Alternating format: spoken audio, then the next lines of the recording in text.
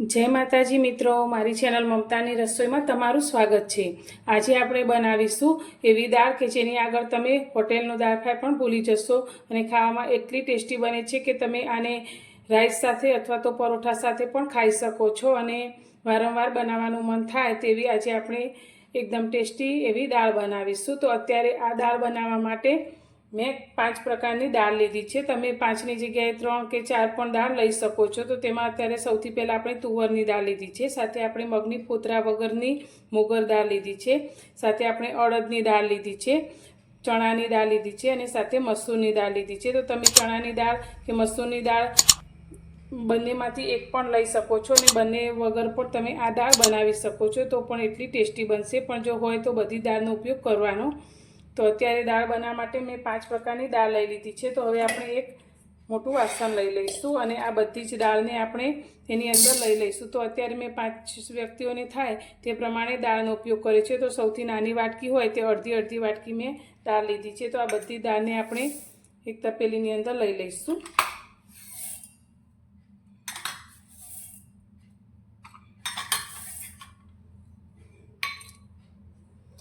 दाळनी अंदर आपणे पाणी रेड़ी अने 2 થી 3 वखत सारी रीते धोई लईशुं।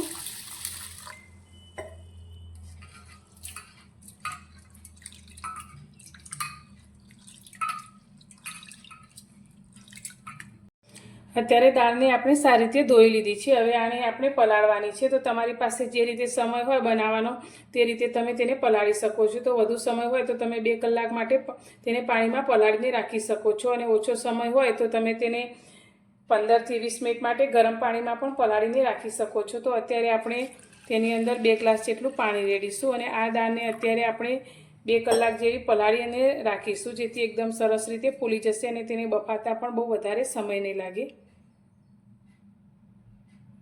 तो दाळने पलाळवा राख्या आपणे लगभग 1.5 થી પોણા 2 કલાક જેટલો समय थयो छे। तो आपणे दाळने जोई लईशुं।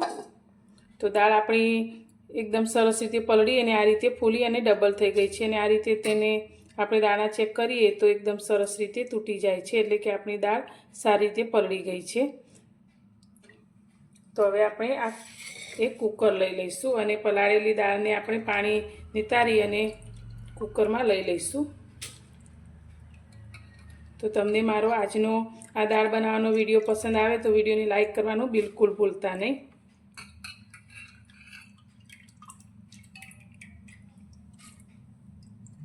दाळने आपणे कूकरमां लई लीधी छे। हवे तेमां आपणे पाणी उमेरीशुं। तो दाळ आपणे डूबी जाय तेटલું अंदर आपणे पाणी उमेरीशुं।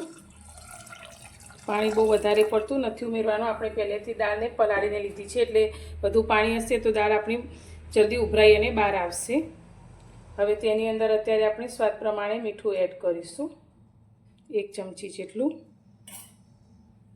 અને તેની સાથે આપણે અડધી ચમચી નાની હળદર એડ કરીશું કલર માટે। હવે દાળ આપણી ચડતી વખતે બિલકુલ ઉભરાઈને બહાર ના આવે તેના માટે અત્યારે મેં 1 ચમચી ઘી લીધું છે તે અંદર ઉમેરીશું। તમે ઘીની જગ્યાએ તેલનો ઉપયોગ પણ કરી શકો છો। સાથે આપણે 1 તમાલપત્ર લીધું છે તે ઉમેરીશું અને 2 લવિંગ લીધા છે। આનાથી જે દાળ આપણી બફાશે તેનો ટેસ્ટ ખૂબ જ સરસ આવશે। એ બધું જ સારી રીતે આપણે મિક્સ કરી લઈશું। હવે આપણી દાળ બફાય અને બિલકુલ ઉભરાઈ અને પાણી બહાર ના આવે તેના માટે આપણે કુકરનું જે ઢાંકણ છે તેની પાછળની અંદરની સાઈડ આપણે થોડું ઘી અથવા તેલ આ રીતે લગાવી દઈશું અને કુકરનું ઢાંકણ બંધ કરી અને ફક્ત 3 સીટી આપણે કરી લઈશું। તો દાળ આપણી એકદમ ગળી ના જાય અને દાળનો આખો રહે તે રીતે આપણે દાળને બાફવાની છે। દાળ આપણી બફાય છે ત્યાં સુધી આપણે રાઈસની તૈયારી કરી લઈશું। તો અત્યારે મેં 1 વાટકી બાસમતી ચોખા લીધા છે, તેને આપણે એક તપેલીની અંદર લઈ લઈશું। તો તમારે જે રીતે બનાવવા હોય તે રીતે તમે લઈ શકો છો। તો આ દાળ ફ્રાય જે આપણે તૈયાર કરીશું તે ભાત સાથે તો ભાવશે, સાથે સાથે પરાઠા સાથે પણ ખૂબ જ સરસ લાગે છે। તો તમે પરાઠા અથવા ભાત બંનેમાંથી કોઈ પણ વસ્તુ બનાવી શકો છો। હવે આપણે ચોખાને સારી રીતે ધોઈ લઈશું।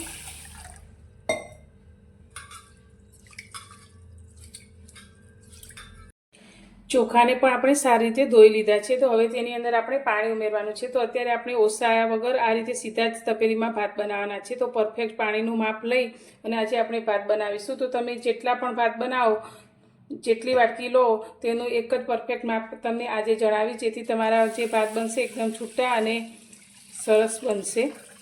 તો અત્યારે મેં આ રીતે પાણી લીધું છે. તો હવે પાણીનું માપ આપણે કઈ રીતે લેવાનું છે, તો આપણે આંગળીના જે આ બે વેઢા હોય તે આપણે આ રીતે પાણીની અંદર રાખવાના છે. તો ભાતની ઉપરની સાઈડ પાણી આવે 2 વેઢા સુધી, તેટલું પાણી ઉમેરી અને આપણે ભાતને પલાળવાના છે. તો તમે જોઈ શકો છો અત્યારે આપણે 2 વેઢા જેટલું પાણી લઈ લીધું છે. તો હવે આપણે આ ભાતને પણ 10 મિનિટ માટે પલાળી અને રાખીશું અને પછી તેને બાફીશું. ગેસ પર આપણે દાળનો વઘાર કરવા માટે કઢાઈમાં 2 ચમચા જેટલું તેલ ગરમ કરવા માટે રાખી લીધું છે. સાઈડમાં આપણે ભાતને પણ ચડવા માટે રાખી લીધા છે. દાળ આપણી સારી રીતે બફાઈ ગઈ છે. તો હવે આપણે દાળનો વઘાર કરીશું. તો સૌથી પહેલાં આપણે તેમાં 1 ચમચી જીરું લઈશું. જીરું આપણું આવી જાય એટલે થોડી અંદર હિંગ એડ કરીશું. અત્યારે આપણે મીડિયમ સાઇઝની 2 ડુંગળીને ઝીણી કટ કરી લીધી છે, તે અંદર લઈ લઈશું.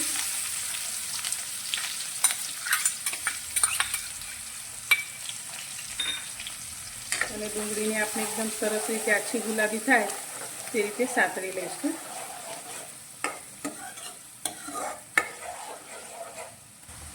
તો ડુંગળી આપણી સારી રીતે સંતરાઈ ગઈ છે. આ રીતે થોડી આછા ગુલાબી રંગની થઈ ગઈ છે. તો અત્યારે હવે આપણે તેની અંદર લીલા મરચાં લીધા છે 2 સમારેલા, તે અંદર એડ કરીશું.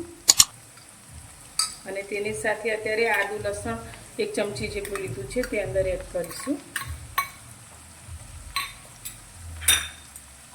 અને બધું ફરી એકવાર આપણે સાતળીશું.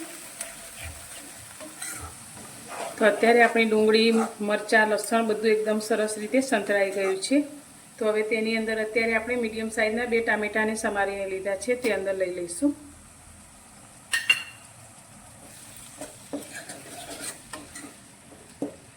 હવે ટમેટા આપણા ઝડપથી સોફ્ટ થઈ જાય એટલે અત્યારે આપણે આની ભાગનું મીઠું એડ કરીશું. તો દાળમાં પણ આપણે મીઠું એડ કર્યું છે એટલે અત્યારે આપણે થોડું જ મીઠું એડ કરીશું. અને ટામેટા આપણે એકદમ સરસ રીતે સોફ્ટ થઈ જાય ત્યાં સુધી તેને થવા દઈશું.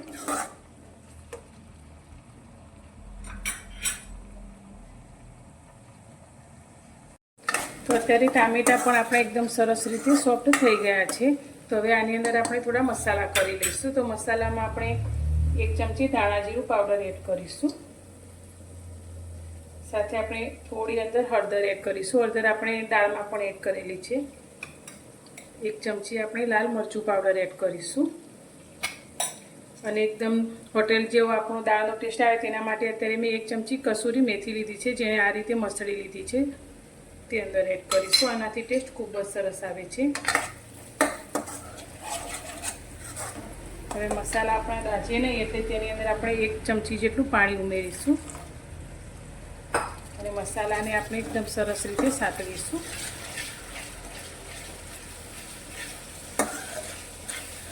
તો મસાલા પણ એકદમ સરસ રીતે સંતળાઈ ગયા છે અને આ રીતે તેલ છૂટું પડી ગયું છે. તો હવે આપણે જે દાળ બાફીને રાખી છે તેને અંદર લઈ લઈશું.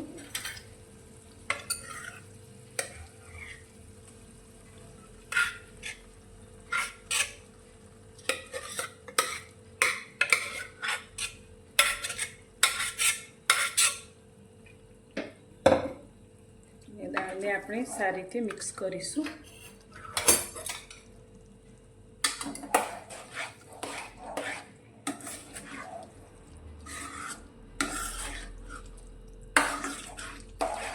તો હવે આપણે આ દાળને મિક્સ કર્યા પછી તમારે જે રીતે ઘટ જોઈતી હોય તો તમે રાઈસ સાથે ખાતા હોય તો તેને ઢીલી કરી શકો છો, અને પરાઠા સાથે ખાવી હોય તો તમે આ રીતે પણ તેને રાખી શકો છો. તો અત્યારે હવે આપણે તેને થોડી પાતળી કરીશું. તો તેના માટે અત્યારે તેની અંદર આપણે ગરમ પાણી ઉમેરીશું. તો 1 ગ્લાસ જેટલું આપણે ગરમ પાણી ઉમેરીશું.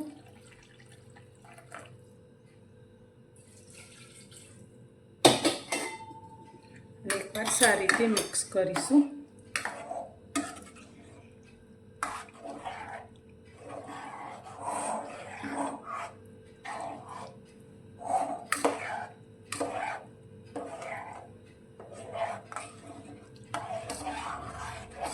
તો આપણો દાળનો દાણો તમે જોઈ શકો છો, આ રીતે અંદર થોડા આખા છે.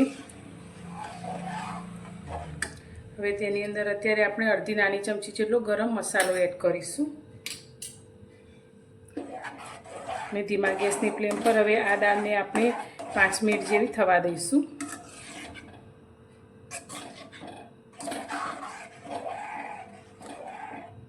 દાળ આપણે એકદમ સરસ રીતે ઉકળી ગઈ છે, તો ઉપરથી આપણે લીલી કોથમીર લઈ લઈશું અને સાથે આપણે અંદર લીંબુનો રસ લઈશું.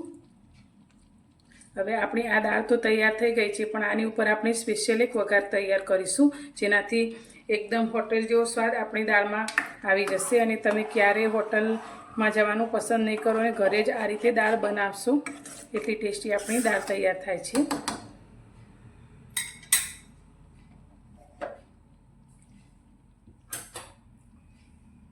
અહીંયા વઘારિયામાં આપણે એક નાની ચમચી જેટલું ઘી અને એક નાની ચમચી જેટલું તેલ લીધું છે. તમે ઘી તેલ બંનેમાંથી એક વસ્તુ પણ લઈ શકો છો.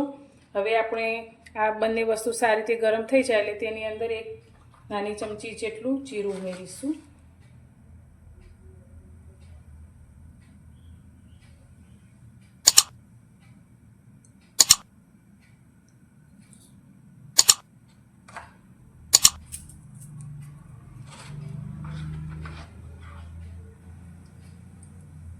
જીરું આપણું સંતળાઈ જાય એટલે તેની અંદર અત્યારે સૂકા 2 લાલ મરચાં લીધા છે તે ઉમેરીશું.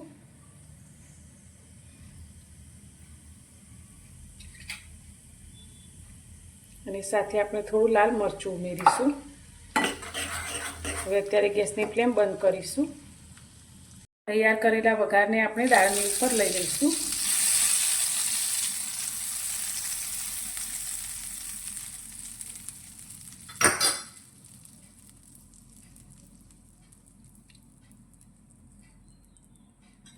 અને બધું જ એકદમ સરસ રીતે મિક્સ કરીશું. તો તૈયાર છે આપણી આ દાળ ફ્રાય. તો એકદમ ટેસ્ટમાં બેસ્ટ અને બધાને ખૂબ જ પસંદ આવી. તો તમે આ રીતે જો એકવાર ઘરે બનાવશો તો હોટેલમાં ક્યારેય નહીં જાઓ, એટલી તમને આ ટેસ્ટી દાળ બનીને તૈયાર થાય છે. અને સાથે રાઈસ અથવા તમે પરાઠા સાથે પણ સર્વ કરી શકો છો. તો તમને મારી આજની આ દાળ બનાવવાની રેસીપી કેવી લાગી તે મને કોમેન્ટમાં જરૂરથી જણાવજો. અને પસંદ આવી હોય તો વિડીયોને લાઇક કરજો, શેર કરજો અને મારી ચેનલ પર નવા છો તો ચેનલને સબસ્ક્રાઈબ કરવાનું બિલકુલ ભૂલતા નહીં. તો ફરી મળીશું એક નવી જ રેસીપી સાથે નવા વિડીયોમાં.